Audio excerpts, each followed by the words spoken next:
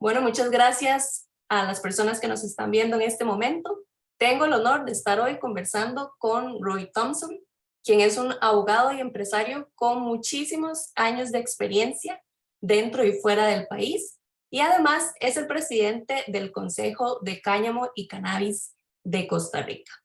Gracias, don Roy, por acompañarnos hoy.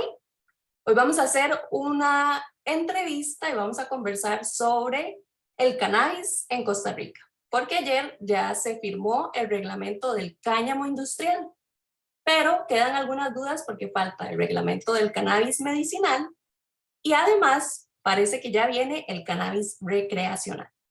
Entonces, ¿qué le parece si empezamos de una vez? Claro, muchas gracias, María. Gracias a usted.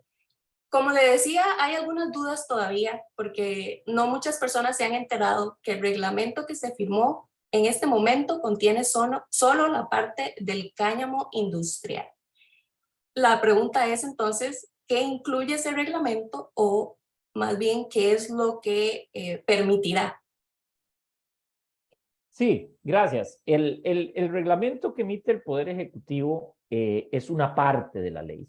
El reglamento regula los requisitos, los formularios, las autorizaciones que se refieren al cannabis industrial prácticamente. No se refiere este reglamento a la otra parte de la ley, que es el cannabis medicinal.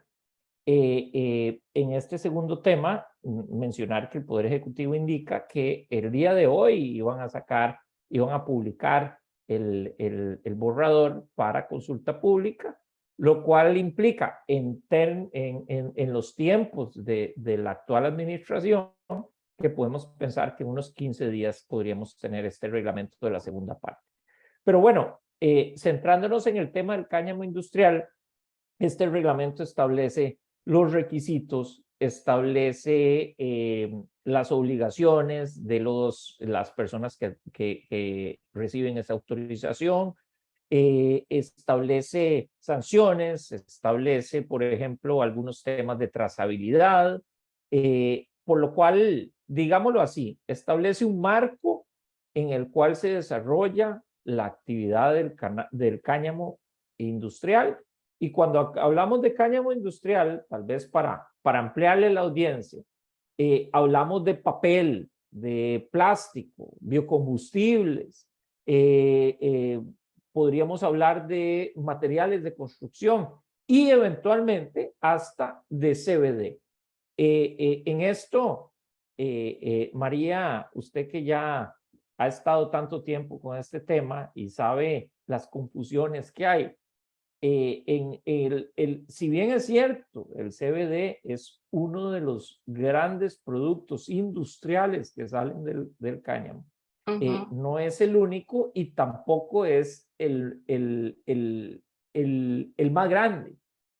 Hay productos, por ejemplo, que es toda la gama de comida que sale del cáñamo, semillas de cáñamo, extractos de cáñamo.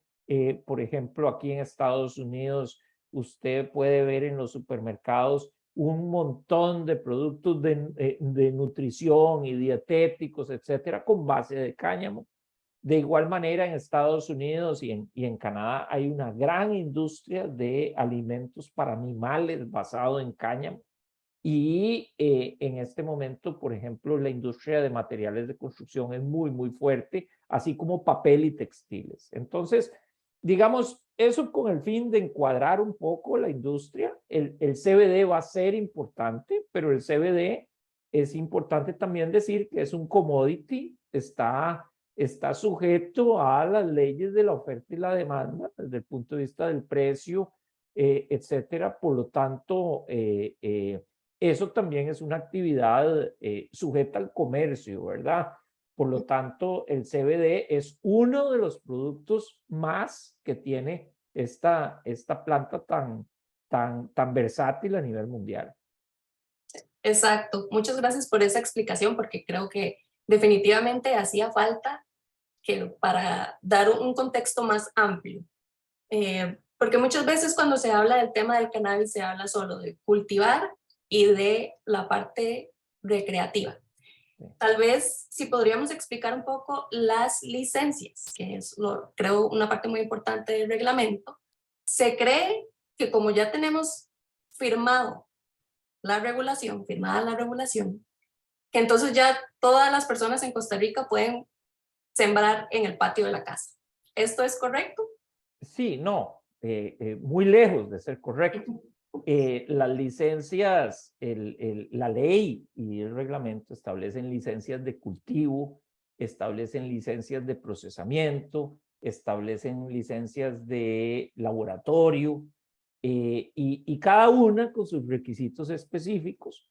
Pero es muy importante, María, también decir que en la estructura que está hecha la ley y el reglamento, como no hay un número limitado de licencias, el gobierno de la República analiza la petición de autorización dependiendo de un proyecto.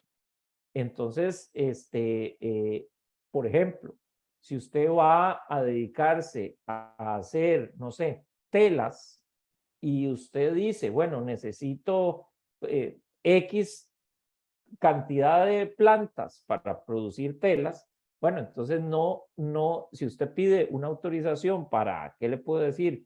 5 hectáreas de cáñamo, no le van a dar una de 500, le van a dar una de 5. Y de igual manera, la ley le permite al gobierno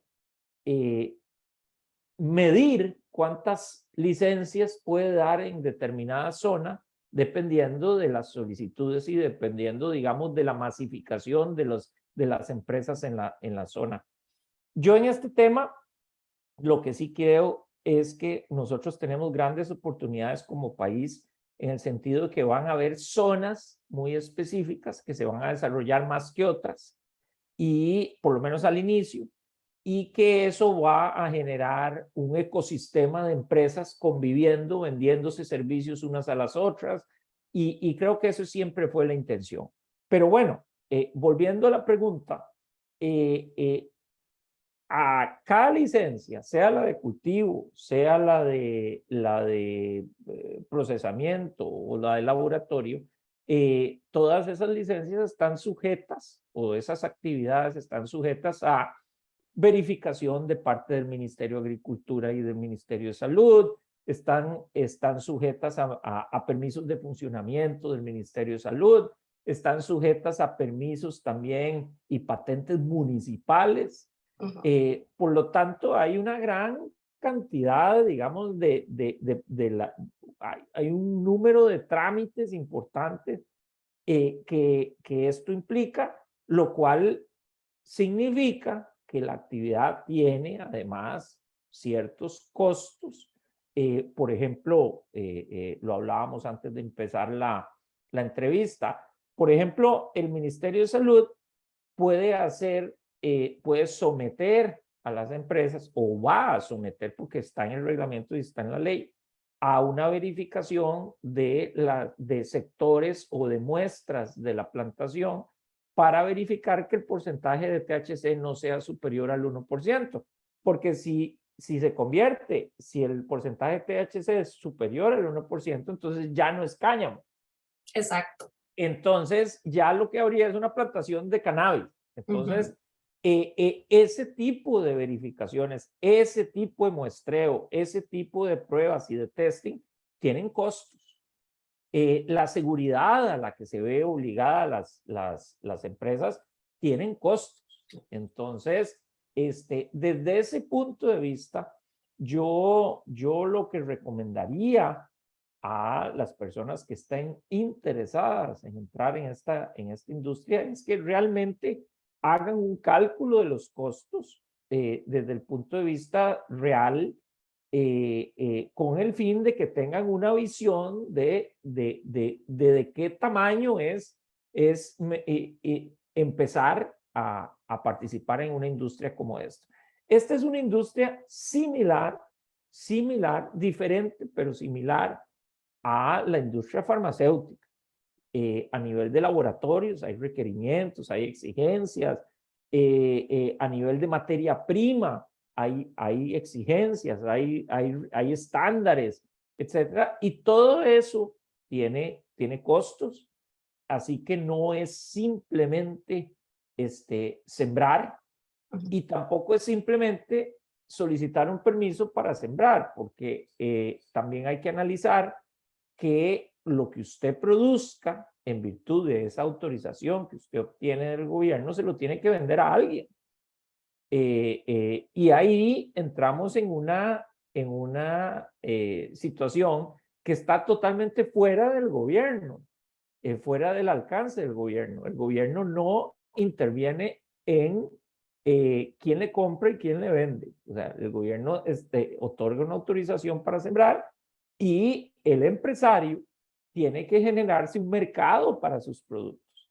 Entonces, me parece que eso también es importante mencionarlo, que esto es una industria con un mercado nacional, con un mercado internacional, con precios nacionales, con precios internacionales, con precios de fertilizantes, con precios de maquinaria, con precios de pesticidas. Todas esas cosas están incluidas en una actividad agrícola. Entonces, no es solo sembrar. Esto es una industria real muy desarrollada en el mundo, especialmente en Norteamérica y en algunos países de Europa y Asia. Y también es muy importante decir algo que suena lógico, pero no todo el mundo lo interpreta así. Nosotros no estamos inventando esta industria. Es una industria que tiene décadas de funcionar en otros países. Hay empresas pequeñas, medianas, grandes, cooperativas, transnacionales, etcétera. Dentro de esta industria hay un montón de jugadores. Por lo tanto, entrar a participar requiere también un gran componente de investigación y de análisis, por lo cual creo que a los oyentes mi recomendación es estudiar, buscar contactos, buscar fuentes de información. Existe mucha información, pero también hay que tener la capacidad de decidir cuál información es buena y cuál es mala. Hay sitios oficiales, sitios de gobierno, sitios de noticias. Pero mi recomendación es que esta es una industria tremendamente especializada, por lo tanto hay que hacer una inversión en investigación y en análisis.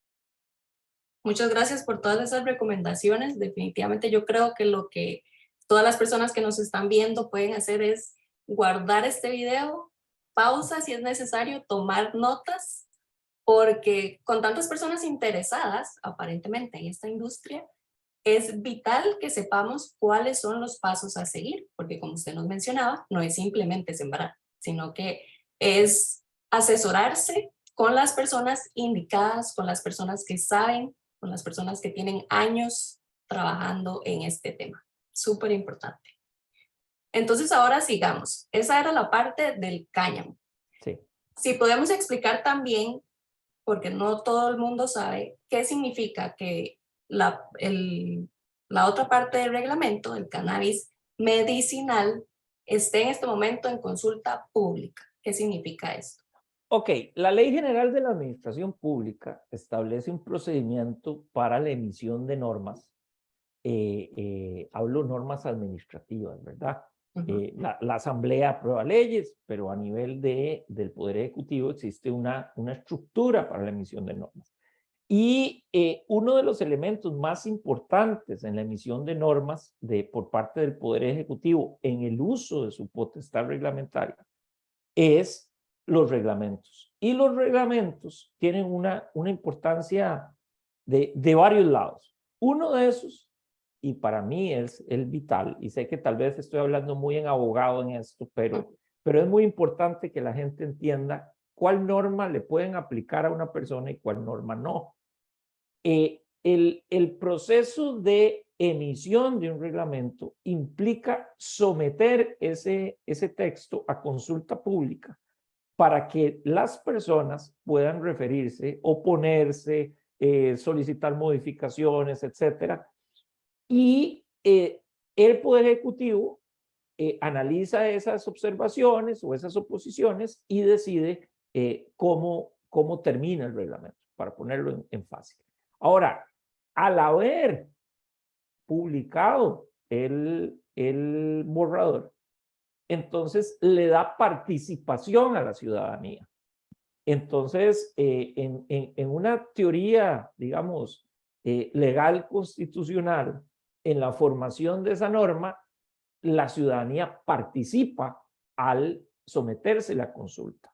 En el caso específico del reglamento de cannabis medicinal, bueno, y lo acabamos de vivir con la parte del cáñamo industrial, el Poder Ejecutivo somete a consulta su borrador, su visión de las regulaciones y generalmente se dan 8 días, 10 días, etcétera, pero no estamos, y lo digo en el buen sentido, no estamos ante una administración normal en el sentido de que ellos han tomado una decisión real de ir adelante con este tema y cumplir con los plazos y cumplir con la intención de integrar al país a esta industria.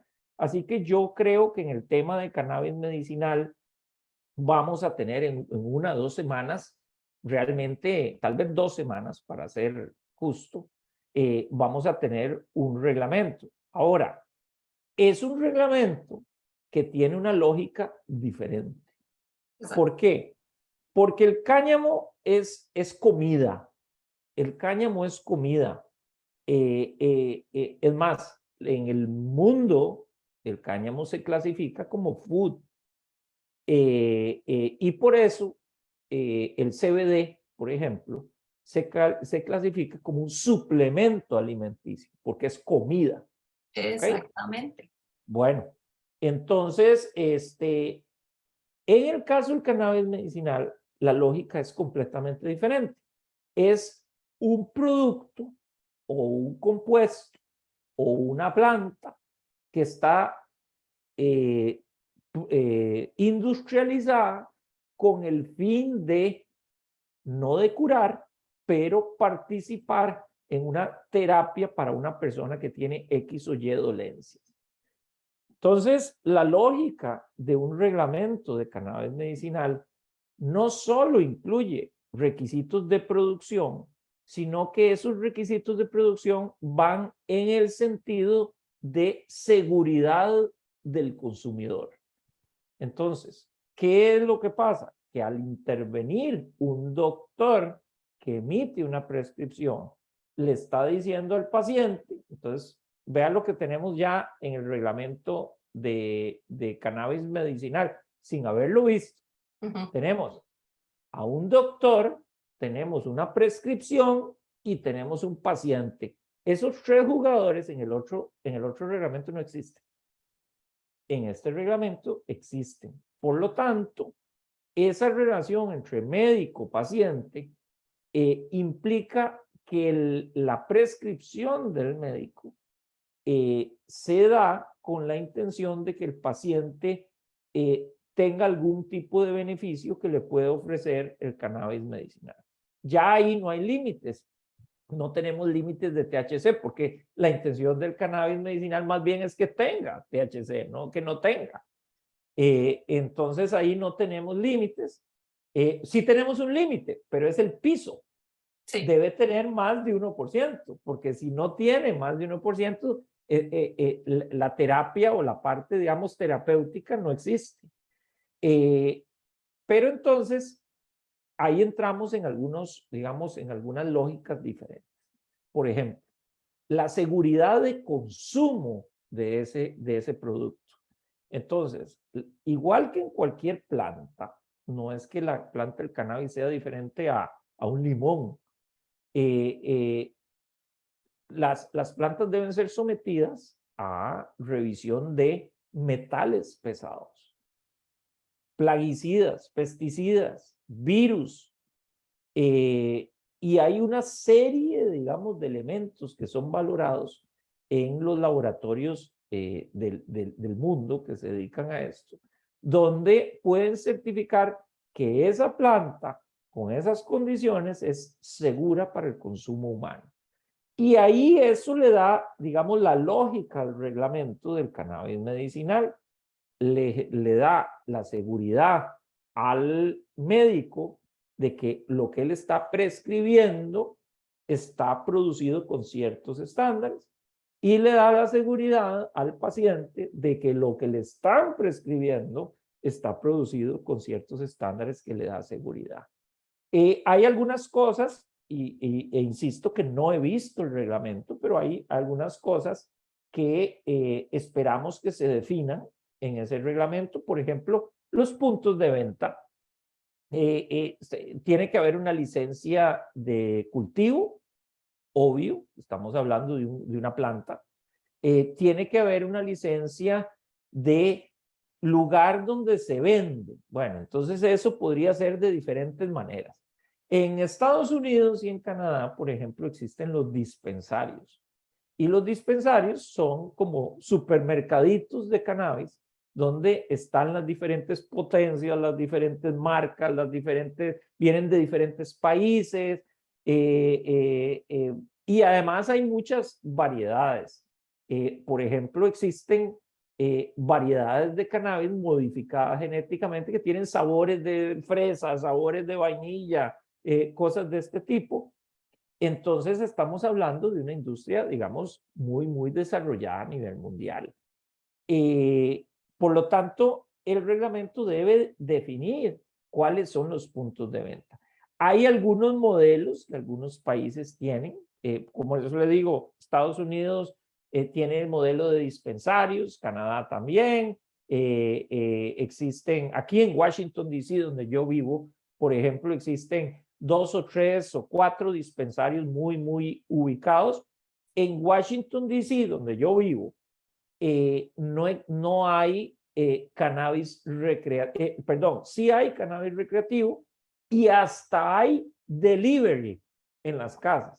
O sea, hasta si usted puede llamar y viene el señor con el producto y usted lo paga con tarjeta de crédito, etcétera, y eso funciona así. Entonces, lo que le quiero decir con esto es de que este reglamento tiene que definir dónde se vende, en qué condiciones se vende. Hay algunas cosas que tendremos que crear. Pues es muy interesante porque crear una industria de cero genera una serie de necesidades que no tenemos. Por ejemplo, no existe una patente municipal de dispensario de cannabis medicinal. No existe. O sea, tendrán los consejos municipales que crear esa patente. Los usos de suelo, por ejemplo, habrá que ver si nos quedamos con la estructura tradicional de que si es agrícola o comercial. Entonces, un dispensario es comercial y una plantación de cannabis es agrícola. Bueno, eso tendrá que ser decidido en los consejos municipales. Tendremos que irnos adaptando. Esto no va a estar inventado el primer día. Nos enfrentaremos a un montón de retos que yo creo que el gobierno y las municipalidades y la empresa privada están dispuestas a entrarle al tema. Muy amplio este tema, creo que es algo que muchas veces tenemos una visión, tal vez no vemos tantas partes, ¿verdad? Porque nos olvidamos que Costa Rica, como usted lo mencionaba, empieza de cero. No se está inventando la industria, pero aún así en el país empezamos de cero. Entonces, todas estas aristas que hay que ver, y como usted también mencionaba antes, los empleos que se van a generar, felizmente. Y otra condición que se podría crear, pienso yo, en Twitter, por ejemplo, estaban preguntando qué va a pasar con la investigación. Sí, la ley establece la posibilidad de autorizar la investigación de cannabis y de cáñamo a universidades o agencias, etcétera, etcétera. Yo creo que ahí es muy importante porque, y es algo que yo he venido oyendo en los últimos 3, 4 años, igual que existe, por ejemplo, un nombre de origen, por ejemplo, o un certificado de origen. Podemos usar el ejemplo del tequila. El tequila se llama tequila si está en la región autorizada de tequila. No, si yo estoy fuera de la región de tequila, no le puedo poner a mi producto tequila, aunque sea igual al otro. Bueno, creo que Costa Rica en ese tema tiene una gran oportunidad a nivel internacional. Nuestra relación de nuestro comercio con nuestra naturaleza y nuestra flora y fauna nos dan un nombre, nos aportan a un nombre internacional que tiene el país como destino turístico, como destino ecológico, etcétera, que puede terminar siendo el clic de esta industria a nivel de la producción nuestra. Y déjeme que no se me olvide ahorita mencionarle el tema del turismo de cannabis, que es un tema que en Costa Rica nadie está hablando y yo he venido insistiendo, porque el turismo de cannabis funciona en dos niveles. El nivel medicinal, donde en el Norteamérica, por ejemplo, imagínense, María, que no sé, el 60% o un poco más de los turistas que recibimos en Costa Rica son de Norteamérica, son de Estados Unidos y de Canadá. Esos turistas, en un gran porcentaje, tienen tarjetas que se llaman medical cards, que las medical cards son autorizaciones para comprar cannabis medicinal. Bueno, nosotros en la discusión del proyecto, en algún momento había un artículo que establecía una competencia específica, se quitó por razones de espacio, etcétera, pero en la discusión siempre estuvo muy claro que el Poder Ejecutivo puede, vía resolución, reconocer las medical cards de otros países. Entonces, ¿qué significa? Que una persona que en Canadá tiene una medical card, donde tiene una autorización para comprar cannabis medicinal, eventualmente el Ministerio de Salud puede autorizar que las medical cards de Canadá o de Estados Unidos o de otros países sean, digamos, reconocidas en Costa Rica y puedan comprar cannabis medicinal. Eso genera una modificación del turismo en Costa Rica desde el punto de vista de un incremento del turismo, porque personas que están acostumbradas a consumir cannabis medicinal pueden adquirir en Costa Rica productos que están acostumbrados a adquirir en Canadá o en Estados Unidos. Bueno, en este momento, sin la industria, no los pueden adquirir. Entonces hay una limitante y al eliminar esa limitante podríamos incrementar el turismo. Entonces, ese es en cannabis medicinal. Y si tuviéramos cannabis recreativo, que es un tema que ya el gobierno de la República planteó, lo mismo. O sea, ya el mercado de restaurantes, de hoteles, de resorts, de tours, de todos, que involucran que la gente venga a Costa Rica y tenga el derecho o la posibilidad de consumir cannabis, eso modifica el número, incrementa el número de turistas en Costa Rica. Y no lo digo yo por Costa Rica, lo digo porque los números en otros países donde el cannabis recreativo o medicinal existen, han incrementado el flujo de turistas de un país al otro. Entonces, eso es muy importante, digamos, mencionarlo. Estamos frente a cosas diferentes y cosas que tendremos que acostumbrarnos. Gracias, sí, de nuevo, súper completa la información. Creo que ya ahora sí podemos tener claro qué es lo que incluye la regulación que ya existe, al menos la parte que ya está firmada y la parte que se va a firmar. Y como usted mencionaba, hablemos entonces ahora del cannabis de uso recreativo o como se dice en otras partes también uso adulto. La gran pregunta que tienen muchas personas en el país, y tal vez dentro de esa mayoría se encuentran personas que tal vez están en contra de la aprobación de una posible ley para este otro tipo de cannabis, es ¿por qué Costa Rica debe seguir entonces ahora con el cannabis recreacional?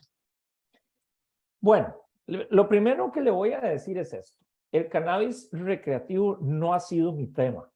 Mi tema ha sido el cannabis medicinal y el cáñamo industrial. Sin embargo, le voy a dar mi opinión. Sí. El cannabis ya no es catalogado, ni siquiera en las Naciones Unidas, como una droga de nivel 1. Eso ha ido siendo modificado y ya no, Costa Rica, por ejemplo, tampoco penaliza el consumo de cannabis. Tal vez para explicarles a la audiencia, el Código Penal de Costa Rica penaliza el tráfico de drogas, no penaliza el consumo de drogas. Entonces, tal vez para empezar de lo que tenemos actualmente a nivel de legislación, si usted, María, consume cannabis en el centro del Parque de Alajuela, nadie la puede arrestar. Pero vea qué interesante. ¿A dónde la pueden arrestar? Bueno, si usted siembra cannabis para vender, eso se llama tráfico de drogas, se llama narcotráfico. Bueno, entonces la lógica aquí es donde se empieza a romper el esquema de la oposición al cannabis recreativo.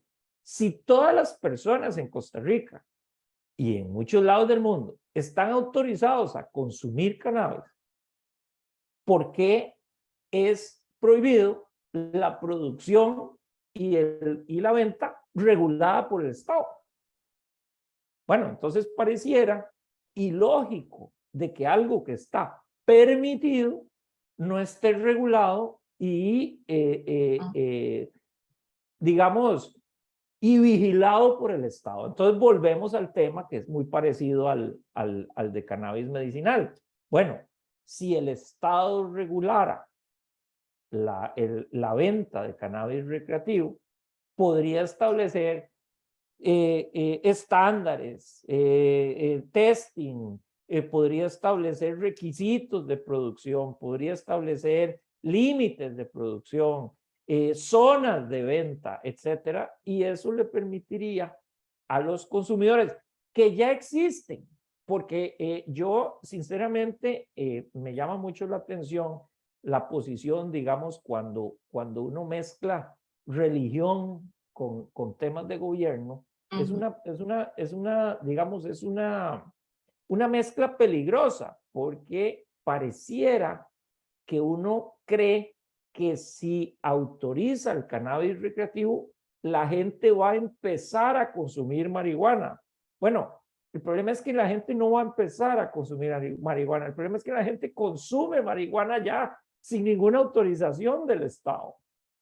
Entonces, me parece que es muy interesante tratar de decir, de eso no hablemos, de eso no hablemos, de eso no hablemos, cuando el mercado existe, la demanda existe, la oferta existe, y no existe una regulación que le brinde seguridad a los consumidores, y además tampoco existe un sistema de ventas y de distribución que le genere impuestos al gobierno, que le genere seguridad a los consumidores. Entonces no es el dealer que va a llegar a un callejón a vender marihuana, sino que hay una tienda con patentes y con luces y con seguridad donde usted puede llegar a hacer eso.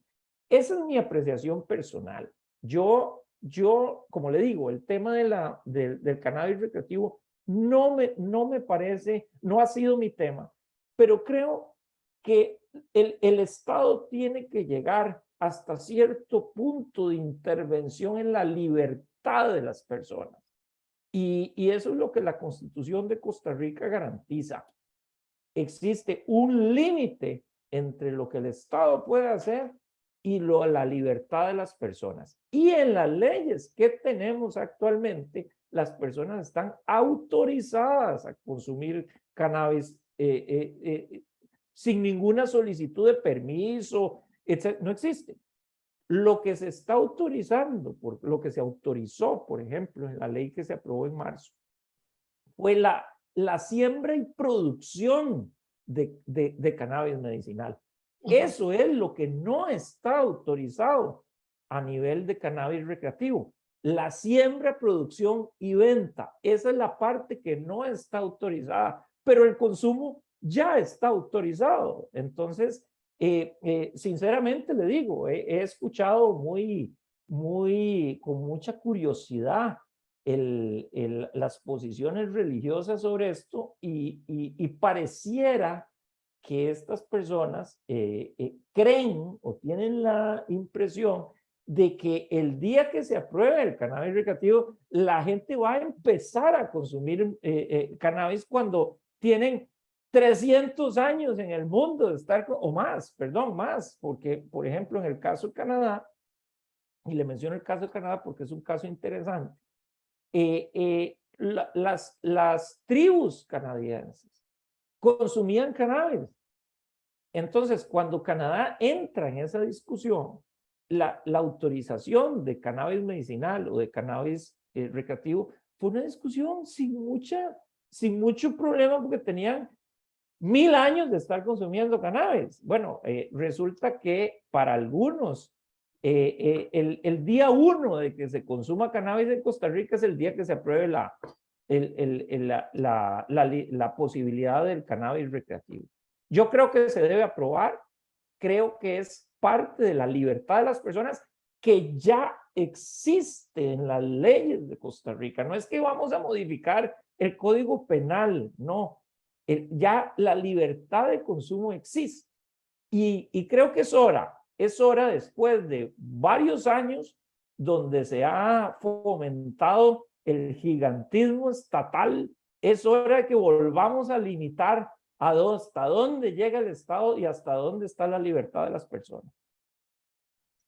A mí lo que me va a parecer interesante es ver cómo se va a desarrollar este nuevo proyecto de ley, pensando precisamente en lo que usted mencionaba de la oposición religiosa en el país, porque precisamente con el proyecto pasado, el de la exdiputada y abogada Zoila Bolio, esa oposición estuvo bastante involucrada, obviamente, por ser un proyecto en la Asamblea, y que duramos años en que se aprobara ese proyecto. Entonces, sí me preocupa, por un lado, que este nuevo proyecto de ley también dure años, pero sí sé que las cosas ahora son diferentes. Entonces, me interesa ver vamos cómo a se va a ver, desarrollar. tal vez para dar detalles, digamos, el Partido de Nueva República es un partido con menos de 10 diputados. En este momento pareciera, según lo que las fracciones han manifestado, que este proyecto podría tener 45, 44 votos a favor. Entonces, creo que desde el punto, para buscar 29, creo que este proyecto es relativamente sencillo. Ahora, yo le digo, con muchos años de estar metido en el tema legislativo y el tema de gobierno, que ha sido, digamos, mi profesión, Costa Rica también debe avanzar hacia un tema de dejar que las mayorías voten las cosas. Nosotros como costarricenses tenemos una tendencia a pretender consensos generales y los consensos generales no existen. Creo que se debe permitir las votaciones y gracias a Dios en la administración pasada, en la asamblea pasada, se modificó el reglamento de la asamblea donde las cosas tienen un principio y un fin. Aquella historia donde venía la gente con 500 mociones y 2000 mociones para atrasar la votación, eso ya se acabó. Los proyectos tienen un plazo de votación y si a tal hora, tal día, las mociones no se han votado, se tienen por rechazadas. Entonces ya la asamblea tiene una manera de funcionar y creo que la oposición a este tipo de proyectos es muy leve, muy pequeña. Y además hay que recordarle una cosa, de ese mismo grupo, tanto de Nueva República como del otro grupo cristiano, hubo votos para el proyecto de cáñamo industrial y cannabis medicinal. Así que tampoco estaban tan juntos en la oposición. Así que bueno, yo creo que es un reto para el gobierno de la República convencer a los diputados. Creo que es un reto también para los diputados regular un tema que es obvio y evidente. Mire, cuando la gente habla de peligros y leo yo a veces comentarios donde dicen, no, no estamos listos, no tenemos madurez, es peligroso. Bueno, imagínense que no existen en el mundo, ni en Costa Rica, tendría que revisar en Costa Rica porque en el mundo no he visto datos de muertes por cannabis. No existe, nadie se muere por cannabis, nadie se muere por cannabis, no existe uno. Pero sí se mueren por choques de tránsito. Entonces, la posición, por ejemplo, de Fabricio Alvarado debería ser que prohibamos los carros, porque la gente se muere en choques de tránsito, en accidentes de tránsito. Entonces, como la gente se muere en accidentes de tránsito, eliminemos los carros.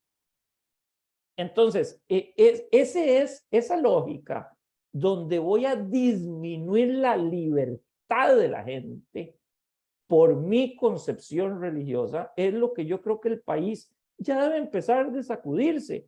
Y creo que más bien, en el caso de Nueva República, creo que más bien ellos representan un sector muy importante de la población, pero creo que deberían estar discutiendo temas que afectan más directamente a esa población que ellos representan. Y creo que el cannabis recreativo no es uno de esos. Es cierto, muy cierto. Entonces, ¿qué le parece si ya para terminar, si también nos puede dar su opinión, ahora sí, en general, cannabis en general, cómo podría ser Costa Rica para posicionarse como potencia? Bueno, vamos a ver, tal vez para contestarle eso rápidamente tendría que decirle qué tenemos para poder ser potencia.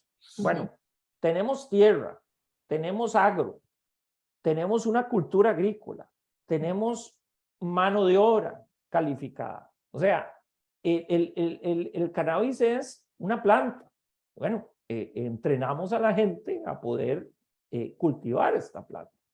Pero además tenemos una posición geográfica muy importante para los mercados de Norteamérica y Europa y Asia.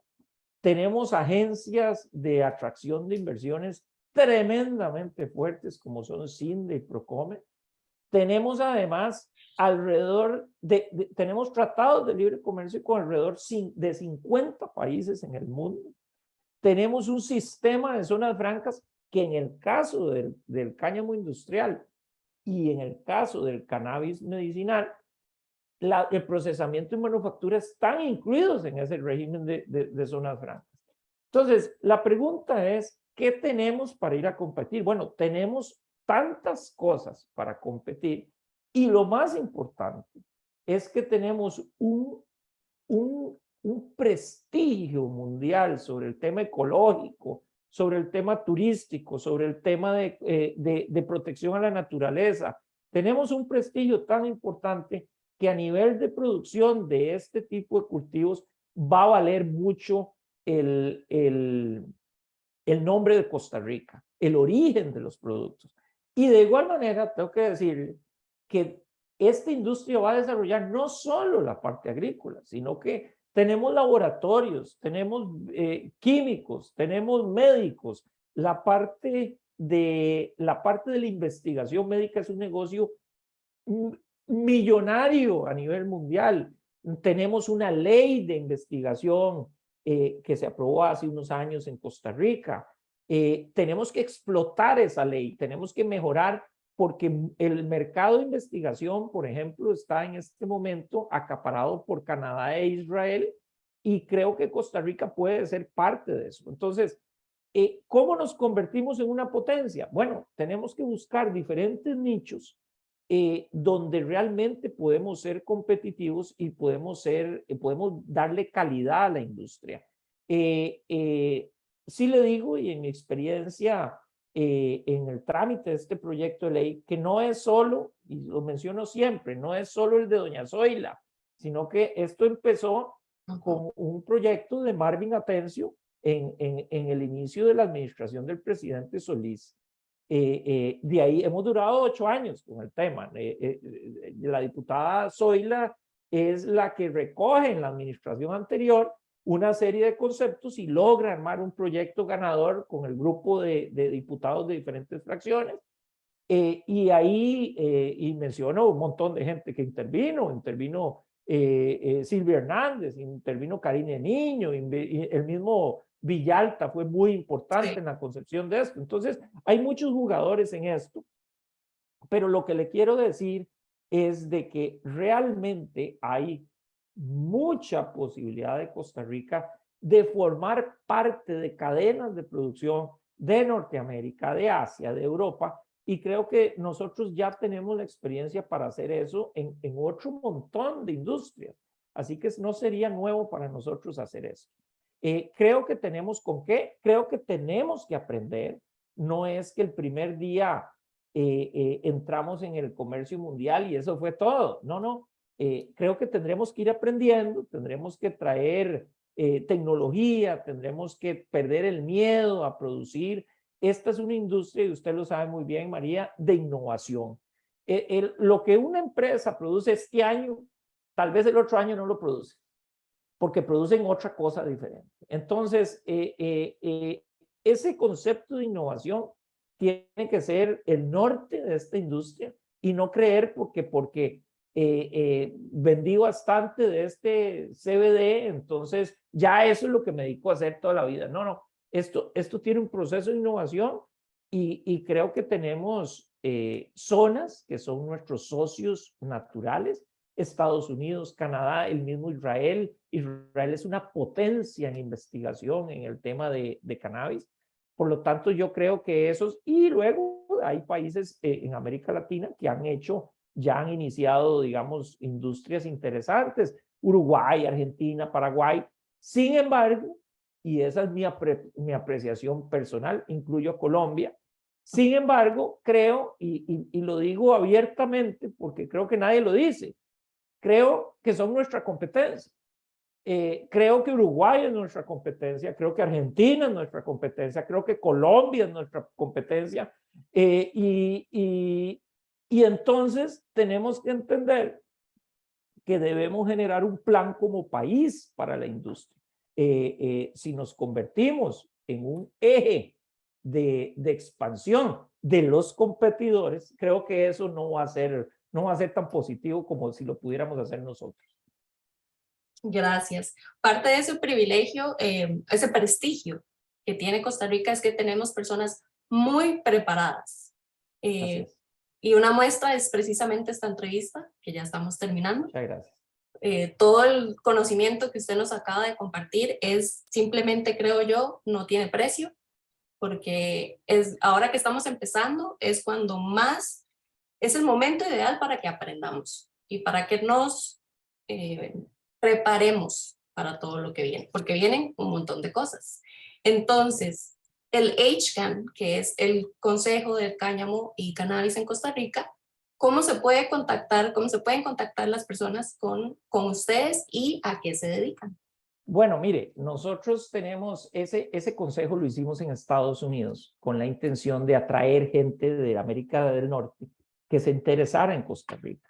Y ahí es donde empezó como un grupo de gente interesada y fuimos haciendo eventos y fuimos, bueno, participando en cosas. En este momento ya somos parte de organizaciones nacionales de Estados Unidos, somos parte ya digamos, del mundo, del primer mundo del tema de cannabis y de cáñamo.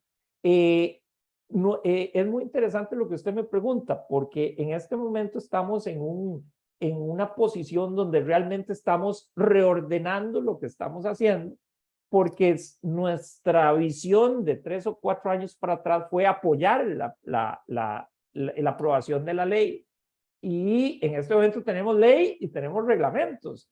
Entonces, en este momento, realmente nuestro reto y nuestro objetivo tiene que ser más bien de agrupar a gente que ande interesada en entrar en la industria en Costa Rica, no necesariamente que sean extranjeros o nacionales, y luego generar un ambiente donde las empresas se puedan interrelacionar entre ellas. Eso es lo que tenemos en mente. Estamos, como le digo, tenemos nuestro website, contestamos lo que la gente nos solicita y próximamente estaremos estableciendo ya un sistema de operación de un consejo o de un grupo para un país que ya tiene ley y ya tiene reglamentos que en los últimos 3 o 4 años no era nuestro caso. Estamos, como le digo, estamos muy emocionados. Creo que cada día son sorpresas buenas con este tema. Yo personalmente estoy igual a como le agradecí al expresidente Carlos Alvarado y a las autoridades del gobierno anterior por su diligencia con el trámite del proyecto de ley. Estoy tremendamente agradecido con el gobierno de la República el interés y la decisión de realmente impulsar esta industria, y creo que tenemos un muy buen futuro para esto, pero es una industria que nada va a ser de gratis. Vamos a tener que aprender a competir, y como le digo, tenemos competencia no solo a nivel de primer mundo, sino que además tenemos competencia en el vecindario, y tenemos realmente que definir una estrategia de cómo vamos a hacer crecer esta industria. Pero estamos muy ilusionados. La vida es, como le digo, esta industria es de innovación, y HCAN no está, digamos, excluida de ese tema. En este momento nos enfrentamos a una realidad que es la realidad que siempre quisimos. Esto es como dicen los gringos, esto es un good problem. Estamos ante una realidad que nosotros era la que queríamos, bueno, y ahora tenemos que reordenarnos para poderle ofrecer a la gente un espacio donde se puedan relacionar y donde podamos aprender unos de otros. Excelente, muchas gracias precisamente por este espacio de aprendizaje.